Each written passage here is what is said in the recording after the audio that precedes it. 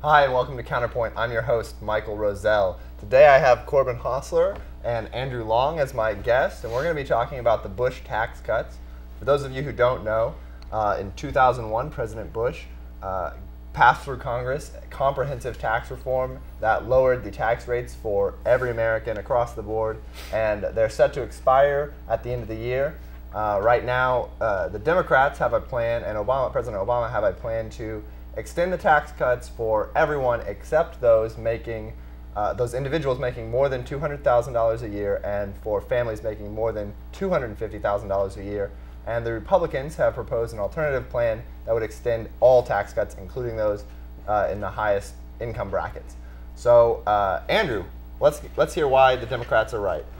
Well, the Democrats are right because the Bush tax cuts have done a great deal to just really hurt us when it comes to the deficit and everything, because we just cut taxes and went to a war, and that's bad. So we need to repeal them. But we're kind of in a tough economic times right now, so it's a good idea to those less than $250,000.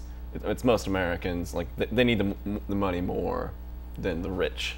Here's the problem. Here's the problem with doing that, cutting it at $250. The majority of small business owners make between $250 and $500,000 in their business. So when you do that, you're taking away jobs that the American people need in the recession by setting the line there. By setting the line at a higher point, either at $500,000 or even up to $1 million, you can still achieve the majority of the savings through that way without impacting small business.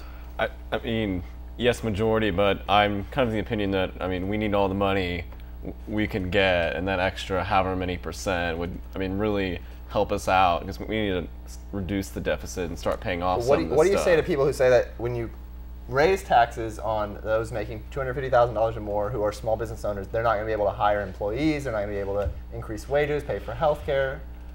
I don't really agree with that. Do you agree that consumer spending is the backbone of the economy? It is, yes. And the best way to do that is to employ people. The best way for consumer spending to happen is for consumers to spend money. So why don't we have small businesses go in, hire more employees with the lower taxes they pay, and then we increase consumer spending? Maybe.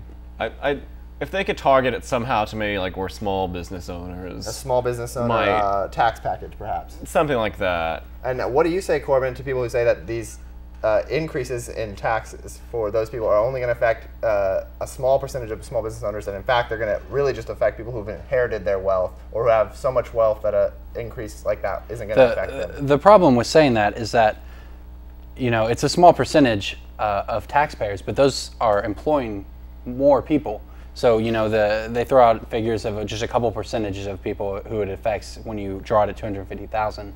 But the trickle down of that to their employees who they're not able to employ makes it actually a much greater number. And in addition, the uncertainty that small business owners face, not knowing what's going to happen with the tax cuts, make them scared to hire in the first place. Okay.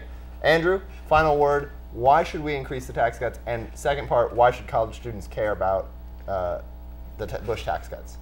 Well, pretty much we've been living as a nation, the government has been living beyond its means when we cut the taxes, increase the spending, so it's kind of unfortunate we'll have to increase tax. So it's deficit reduction. Yeah, we need to, be able to pay for stuff. So I think college students know a lot about. Is it basically that at some time or another we're going to have to pay for it? Either pay for it now or pay for it later. Hurt a little bit now or hurt a lot more later. Okay, what do you say to that? There's a time and a place for everything, and the best time to reduce the deficit is not when we're staring down a double-dip recession.